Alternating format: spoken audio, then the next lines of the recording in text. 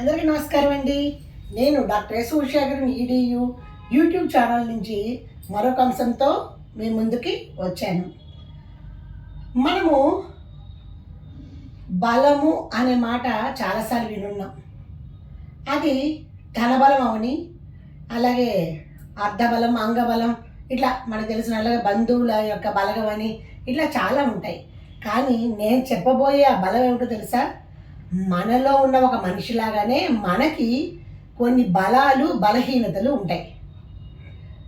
బలాలు బలహీనతలు మనని ఒక మంచి వ్యక్తిత్వం గల మనిషిగా తీర్చిదిద్దడానికి చాలా ఉపయోగపడుతుంది.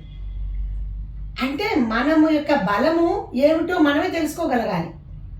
అలాగే మన బలహీనత ఎక్కడ మనం బలహీనపడుతున్నాము, ఏ విషయాలలో మనకు ఉన్నటువంటి ఆ గుణాల్లో ఎక్కడ అవతలి వాళ్ళ ద్వారా మనము ఏ విధంగా మన యొక్క లక్షణాలను బయట పెట్టగలిగిపోతున్నాము అనే దాని గురించి మొదటగా తెలియాల్సింది మనకే.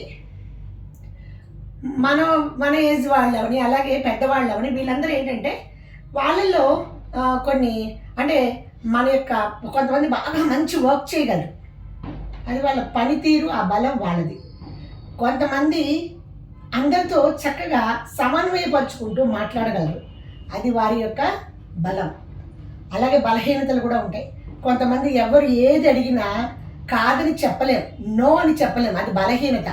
దానివల్ల కష్ట నష్టాలు ఎదుర్కొని మనం లాభపడని ఏదైనా అని, కాబట్టి అదొక బలహీనత. అంటే ఉదాహరణకి చెప్తున్నాను నేను.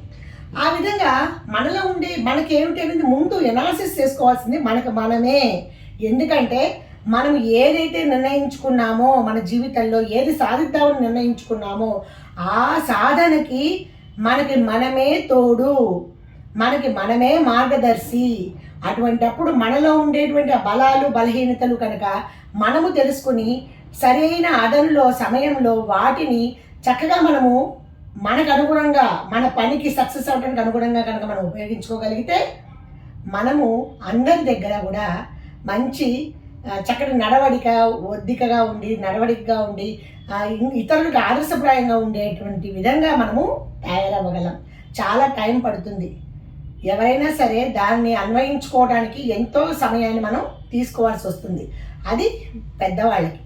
మరి విద్యార్థులలో ముఖ్యంగా ఇప్పుడు మంచి ఎగ్జామ్స్ టైము, 10వ తరగతి విద్యార్థులు, అలాగే ఇంటర్మీడియట్ విద్యార్థులు పరీక్షలు రాసేటువంటి ఈ సమయంలో వాళ్ళ చదువు పట్ల వాళ్ళకి ఏ సబ్జెక్ట్లో చాలా బాగా రాణిస్తున్నారు, అలాగే ఏ సబ్జెక్ట్లో కొద్దిగా వీక్గా, బలహీనంగా ఉన్నారు, అంటే వీక్గా ఉన్నారు, ఆ సబ్జెక్ట్ గ్రాస్పింగ్లో పవర్ తక్కువగా ఉంది, ఆ నాలెడ్జ్ తక్కువగా ఉంది. అటువంటప్పుడు వారికి వారే ముందు విశ్లేషణ చేసుకోవాలి. నేను ఈ సబ్జెక్ట్లో బాగా చదువుతున్నాను, ఈ ఏరియాస్లో నాకు ఎక్కువ మార్క్స్ వస్తున్నాయి, అలాగే ఈ సబ్జెక్ట్లో నేను చాలా వీక్గా ఉన్నాను, బలహీనంగా ఉన్నాను, ఎలా చదివితే దాన్ని కూడా నేను నాకు అనుగుణంగా నా రిజల్ట్కి దాన్ని నేను తెచ్చుకోగలను అనేటువంటి దాన్ని కూడా వాళ్ళు ఇప్పటి నుండే అలవాటు చేసుకోవాలి. చిన్నపిల్లలు ఇప్పటి నుంచి అలవాటు చేసుకోవాలి, ముఖ్యంగా విద్యార్థులు. ఎందుకంటే వారికి ఏమిటో అనేది వారికి తెలుసుకోవాలి. ముందు నేను ఏమి చదువుతాం అనుకుంటున్నాను, నేను ఎక్కడ ఏ ఏరియాస్లో డల్గా ఉన్నాను, దాన్ని ఎలా పికప్ చేసుకోవాలి, అది తెలిస్తే కదా పికప్ చేసుకోవడానికి. దానికి పలు మార్గాలు ఉంటాయి. వాళ్ళంతా వాళ్ళ సొంతంగా వాళ్ళు విశ్లేషించుకోవచ్చు, ఉపాధ్యాయుల్ని అడగచ్చు, అలాగే వాళ్ళ వెల్ విషెస్ని అడగచ్చు, పెద్దవాళ్ళని అడగచ్చు, తల్లిదండ్రులను అడగచ్చు. ఇలాగా వారు విశ్లేషించుకుంటూ మనం దేంట్లో బాగున్నాం, దేంట్లో బలహీనంగా ఉన్నాం అనేది విశ్లేషించుకుంటూ కనుక ముందుకు వెళ్తే వాళ్ళ పరీక్షల్లో వాళ్ళు ఖచ్చితంగా సక్సెస్ అనేది సాధిస్తారు. అది తెలుసుకోవడం అనేది ఈ యొక్క వాళ్ళ నాలెడ్జ్ని ఎక్వైర్ చేసుకునేటువంటి దీంట్లో ఒక్కొక్క సాధన అది. కాబట్టి మై డియర్ ఫ్రెండ్స్, ముందు మనము మన బలాలు బలహీనతలను ఖచ్చితంగా తెలుసుకోవాలి. ఎందుకంటే మనలో ఉన్న వ్యక్తికి మాత్రమే తెలిసినవి మనం కూడా తెలుసుకోవాలి.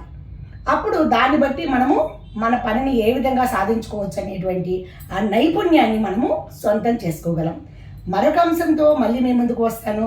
అంతవరకు నా channel subscribe, share and like and comment.